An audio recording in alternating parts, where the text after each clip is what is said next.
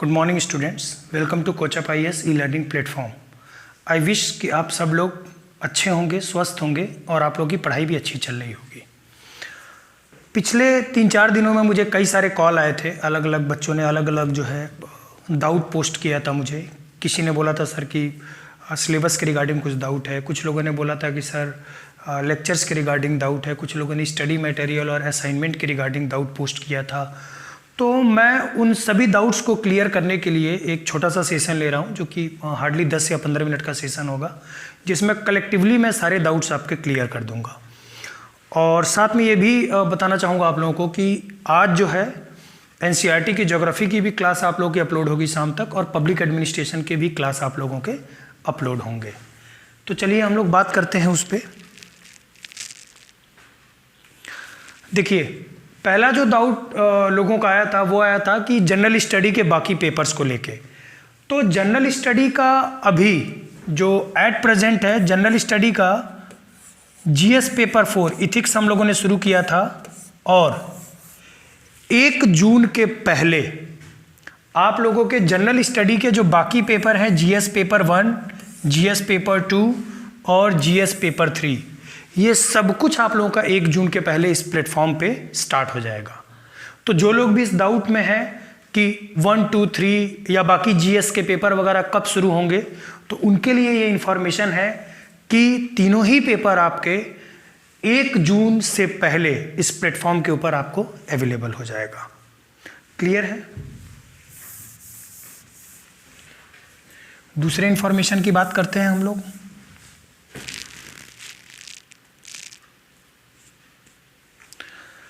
कुछ लोगों ने मुझे करंट अफेयर के रिगार्डिंग फ़ोन किया था कि सर करंट अफेयर की क्लासेस चाहिए, जो न्यूज़पेपर एनालिसिस है उसके रिगार्डिंग कुछ क्लासेस चाहिए।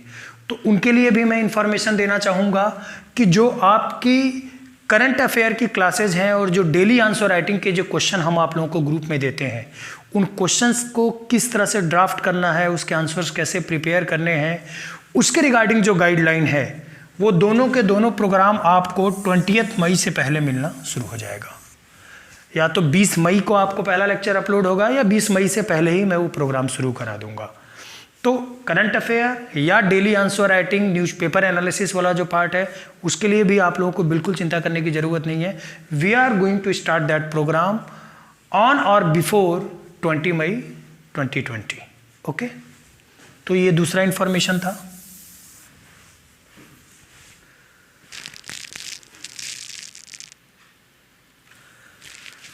थर्ड जो इंफॉर्मेशन है वो है regarding syllabus and the previous year papers. This is one of the most important information. तो मैं आप लोगों को पहले भी बोल चुका हूँ, कुछ लोगों ने मुझे सिलेबस के रिगार्डिंग फ़ोन किया था और उसके बाद जो है प्रीवियस ईयर पेपर्स के रिगार्डिंग फ़ोन किया था। तो मैं आप लोगों को पहले भी ये बात बता चुका हूँ कि चाहे आप IAS एस्पिरेंट हों या आप PCS एस्पिरेंट हों, इन दोनों ही लेवल के स्टूडेंट, इन दोनों कैटेगरी के जो स्टूडेंट्स हैं, उनको मैं पहले ही बोल चुका हूं कि आप सिलेबस जो है उसको पूरा का पूरा बाई टंग याद कर लीजिए। ये बोलते हैं ना कि अगर सिविल सर्विसेज के प्रिपरेशन में कि कौन सी ऐसी चीज़ है जिसको एक्चुअली में मेमोराइज करना है, याद करना है, तो पूरे सिविल सर्विसेज के प्रिपरेशन में एक ही पार्ट है जिसको एक्चुअली आपको याद करना चाहिए, और वो है उसका सिलेबस।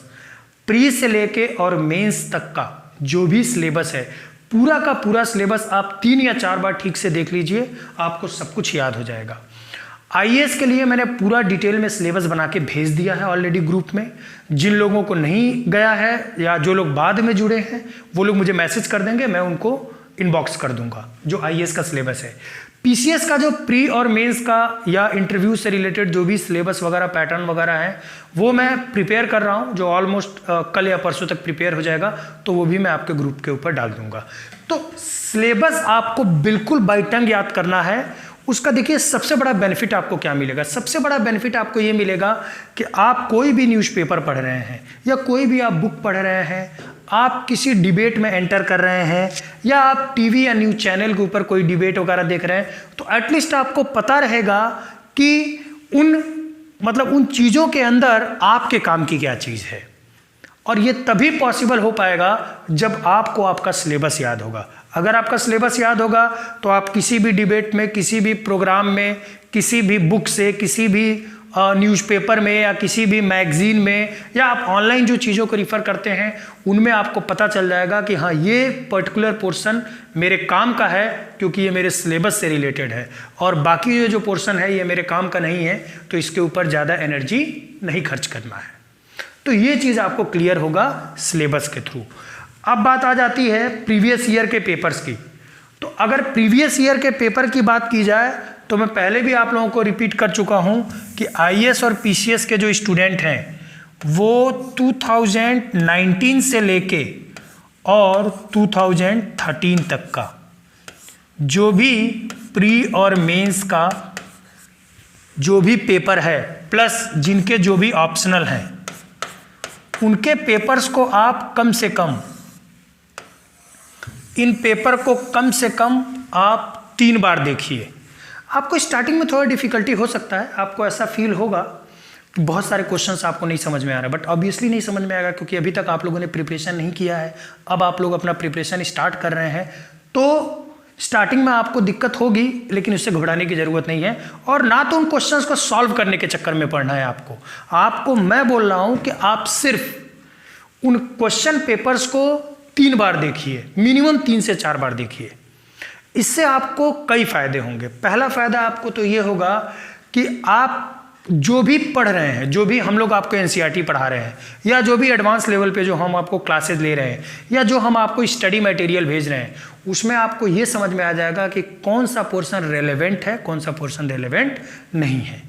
या आप कोई भी प्लेटफॉर्म यूज करेंगे पढ़ने के लिए, आपको तुरंत पता चल जाएगा कि जो कोचिंग वाला है, जो क्लास ले रहा है, वो आपको रेलेवेंट चीज़ें पढ़ा रहा है या फालतू चीज़ें पढ़ा रहा है। अगर आप कभी पेपर ही नहीं देखे रहेंगे तो आपको पता ही नहीं रहेगा, आप कभी सिलेबस ही नहीं देखे हैं तो आपको पता ही नहीं रहेगा कि जो आपको पढ़ाया जा रहा है वो वाकई सिविल सर्विसेज एग्जाम के लिए काम का है कि कचड़ा ही पढ़ाया जा रहा है।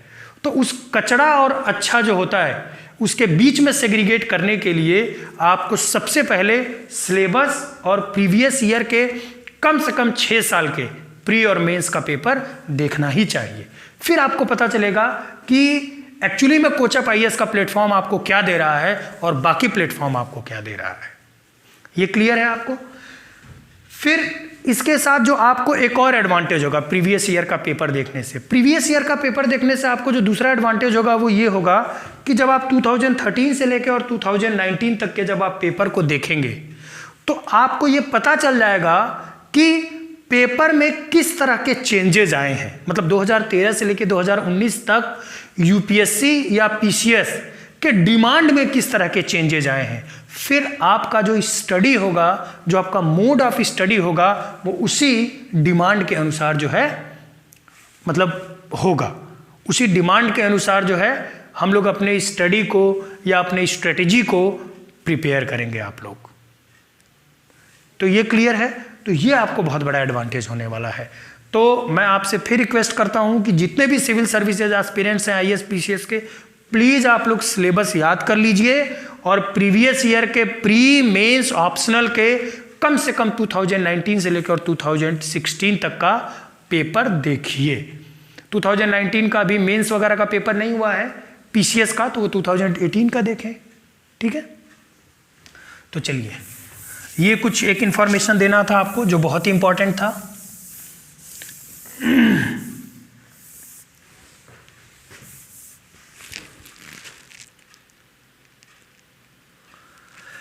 नेक्स्ट इंफॉर्मेशन है आप लोगों का रिगार्डिंग असाइनमेंट।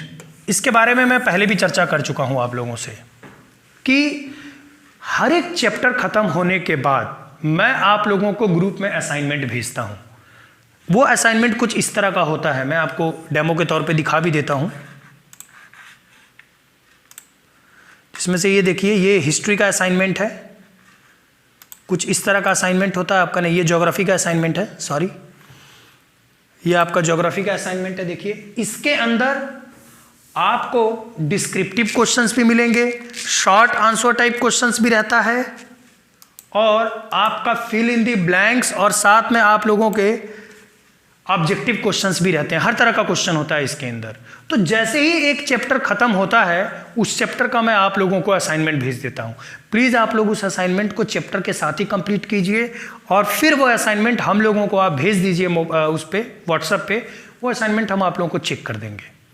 ठीक है, कुछ लोगों ने भेजा भी है, कुछ बच्चों ने भेजा भी है मुझे, तकरीबन मुझे लगता है 8 या 9 बच्चों ने जो है, एक सभ्या सिंह करके बच्ची है और भी 2-3 लड़के हैं जिन्होंने जो है, मुझे सबका नाम तो नहीं याद है, पर एक आध नाम जो आजकल में आया है मुझे, एक खुशबू करके कोई बच्ची है उसने भेजा है। तो कई लोग भेज भी रहे हैं, बट पूरे ग्रुप में जो है गर्ल्स और बॉयज़ का ग्रुप मिला दिया जाए तो 300 से ज़्यादा लोग जुड़े हुए हैं। और मुझे जो असाइनमेंट लिख के आ रहा है वो हार्डली जो है आप कह सकते हैं कि 5 या 6 लोग भेज रहे हैं, या ज़्यादा 7-8 लोग होंगे। तो आप लोग ऐसा मत करिए, आप लोग असाइनमेंट को सीरियसली लीजिए और उसको लिख के जो है भेजिए। इसी तरह से आप लोगों को जितना भी चैप्टर हम लोग पढ़ा रहे हैं, इसी तरह से आप देखेंगे तो आपको हिस्ट्री का भी असाइनमेंट मिलेगा। ये हिस्ट्री का असाइनमेंट है आप लोगों का, हिस्ट्री के असाइनमेंट भी है। हर एक चैप्टर का, जो भी चैप्टर हम लोग कंप्लीट करेंगे, चाहे वो हिस्ट्री हो, ज्योग्राफी हो, इकोनॉमी हो, पॉलिटी हो, इससे कोई फ़र्क नहीं पड़ता है, हर एक का हम लोग असाइनमेंट आपको भेज रहे हैं, आप इसको करिए। आपको मैं बता रहा हूँ इसका सबसे बड़ा आपको बेनिफिट क्या होने वाला है। इसका सबसे बड़ा बेनिफिट आपको ये होगा कि क्लास 6 से लेकर क्लास 12 तक की जो NCERT है वो आपका हैंड रिटन क्वेश्चन आंसर के फॉर्मेट में आपके हाथ में आ जाएगा। जैसे ही NCERT का कोर्स खत्म होगा हम लोगों का, पूरी की पूरी NCERT की नोट्स क्वेश्चन आंसर के फॉर्मेट में आपके हाथ में होगा। और NCERT में बहुत सारी रिडंडेंट चीज़ें भी हैं, यूजलेस चीज़ें भी हैं, जो हम लोग इस असाइनमेंट में अवॉइड करते हैं। तो आप लोगों का रिवीजन के टाइम में, रिवीजन जब करना होगा एग्ज़ाम के टाइम में, तो आप लोगों का टाइम बहुत ज़्यादा सेव होगा। एक तो ये आपका खुद का अपने हाथ से लिखा हुआ आंसर होगा, आप जल्दी कनेक्ट हो पाएंगे। और दूसरा, NCERT के अंदर जो रिडंडेंट चीज़ें हैं, जो फालतू चीज़ें हैं, उसको असाइनमेंट के अंदर मैं निकलवा देता हूँ, तो इसके कारण जो है आपका टाइम भी बहुत ज़्यादा बचेगा। There are the multiple benefit. ठीक है, तो आप लोग असाइनमेंट भेजिए सिंसियरली, आप इसको जो है कैजुअल तरीके से मत लीजिए आप लोग।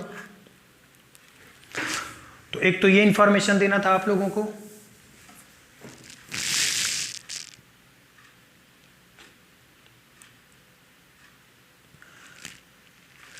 नेक्स्ट इंफॉर्मेशन था regarding study material and the e learning group. तो कई लोगों ने मुझे मैसेज किया था कि सर कौन सी बुक्स पढ़नी है, कौन सा बुक हम लोग रिफ़र करें। तो देखिए, बुक्स जहाँ तक रिफ़र करने का सवाल है, तो बुक आप लोगों को मार्केट से कुछ भी लेने की ज़रूरत नहीं है। जो मेरे ऑफलाइन स्टूडेंट्स हैं उनको तो हम लोग ये बुक प्रोवाइड करते हैं स्टडी किट के साथ। इसके अंदर प्री और मेंस सारे बुक्स हैं यहाँ पे अवेलेबल हैं। तो ऑफलाइन का तो एडमिशन जो होता है वो उसके किट का पार्ट होता है, एडमिशन किट का पार्ट होता है। लेकिन जो लोग सिर्फ ऑनलाइन क्लासेस ले रहे हैं वो लोग या तो सेंटर पे आके बुक्स कलेक्ट कर सकते हैं, या हम लोग को ऑर्डर प्लेस कर देंगे तो हम लोग उनको कुरियर कर देंगे। तो स्टडी मटेरियल आपको मार्केट से कुछ भी लेने की ज़रूरत नहीं है, कोई बुक खरीदने की ज़रूरत नहीं है। हर एक बुक आपको कोचअप IAS के प्लेटफॉर्म से अवेलेबल होगा। ठीक है, दूसरी चीज़ ये है कि जो PDF में जो हम लोग नोट्स वगैरह आपको भेजते हैं, उसके लिए मैंने पहले भी बोला है आप लोगों को कि ये मोबाइल नंबर है, इसके नीचे आप लोग जो है मोबाइल नंबर को जो है उस पर आप लोग मैसेज लिख के भेजिए कोचअप IAS ई लर्निंग प्लेटफॉर्म। ठीक है, ये मैसेज आप लोग टाइप कीजिए कोचअप IAS ई लर्निंग प्लेटफॉर्म, और उसके नीचे आप अपना नाम लिख दीजिए और इस नंबर पे मुझे सेंड कर दीजिए। मैं आप लोगों को ग्रुप में ऐड कर लूँगा। मैं ये भी बताना चाहूँगा कि गर्ल्स का ग्रुप अलग बना हुआ है और बॉयज़ का ग्रुप अलग बना हुआ है, और दोनों प्लेटफॉर्म को जो है इक्वली डिस्ट्रीब्यूट होता है। हर एक मटेरियल, हर एक लेक्चर एक साथ डिस्ट्रीब्यूट होता है। इनफैक्ट ये मैंने ग्रुप जो है गर्ल्स और बॉयज़ का इसलिए अलग अलग किया कि फ्यूचर में कभी किसी का नंबर मिसयूज़ ना हो, किसी का मोबाइल नंबर मिसयूज़ ना हो, तो कोई इसको लेके जो है इनसिक्योर फील नहीं करेगा। आप नंबर भेजिए, मैं ऐड करूंगा, आपका डाटा और आपका नंबर पूरी तरह से सुरक्षित है हमारे पास, उसका कभी फ्यूचर में हमारी ओर से कभी कोई मिसयूज नहीं होने वाला है। क्लियर है ये चीज़? ये देखिए, ये फिजिकल फॉर्म में बुक्स हैं। ठीक है, जो आपको यहाँ पे दिख रहा है वही ये फिजिकल फॉर्म में बुक्स हैं। इन बुक्स को जो है आप लोग यहाँ से भी आके कलेक्ट कर सकते हैं और आप लोग हमें ऑर्डर भी प्लेस कर सकते हैं।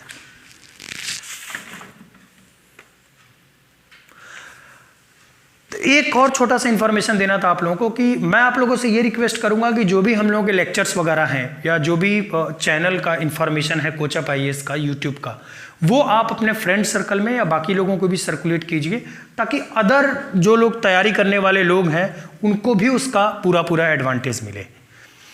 तो जो भी मुझे फ़ोन कॉल से जो भी डाउट्स आए थे मैंने उनको एक तरह से समअप कर लिया। इवन अगर किसी को कुछ डाउट है, आगे भी अगर फर्दर कोई डाउट है तो मुझे कॉल कर सकता है या मुझे मैसेज कर सकता है, उनके डाउट्स क्लियर होंगे। मैं वापस रिपीट कर रहा हूँ, आज आप लोगों का NCERT का भी क्लास अपलोड होगा, ज्योग्राफी का और पब्लिक एडमिनिस्ट्रेशन के भी क्लास आपके अभी अपलोड होंगे। तो आप लोग चैनल पे बने रहिएगा, आपको डेली क्लासेस मिलेंगे। और हाँ, एक बड़ी इंपॉर्टेंट चीज़ है जो आप लोगों को बतानी थी कि आप लोग जो क्लासेस ले रहे हैं उसको रैंडम तरीके से मत लीजिए। आप लोग जाके और यूट्यूब का हमारा प्लेलिस्ट खोलिए। प्लेलिस्ट में सब कुछ लाइन से दिया हुआ है। क्लासिक्स का हिस्ट्री अलग, क्लासिक्स का ज्योग्राफी अलग, क्लासिक्स का पॉलिटी का अलग फोल्डर बना हुआ है, पब्लिक एडमिनिस्ट्रेशन का अलग फोल्डर बना हुआ है, ज्योग्राफी ऑप्शनल का अलग फोल्डर बना हुआ है। ज्योग्राफी ऑप्शनल भी आप लोगों का कल या परसों में शुरू हो जाएगा। और बाकी जितने भी GS पेपर 1, 2, 3, 4 सबके फोल्डर अलग अलग बने हुए हैं। जिन जिन फोल्डर्स में वीडियो अपलोड होता जा रहा है आप उनको सीक्वेंस में देखते जाइए, ठीक है। तो सिस्टम के साथ तैयारी कीजिए, सिस्टमेटिक तरीके से तैयारी कीजिए, तो ये एग्जाम आसानी से क्लियर होगा। अदरवाइज अगर आप इसको अनसिस्टमेटिक वे में करेंगे तो ये आपको डिच कर देगा, ठीक है। तो thank you very much, have a nice time. आप लोग अपनी पढ़ाई करते रहिए और मैं थोड़ी देर बाद जो है आप लोगों से पब्लिक एडमिनिस्ट्रेशन के क्लास में मिलूंगा और जो मनीष सर हैं वो आप लोगों को NCERT के क्लास में ज्योग्राफी में मिलेंगे। Thank you very much, have a nice time.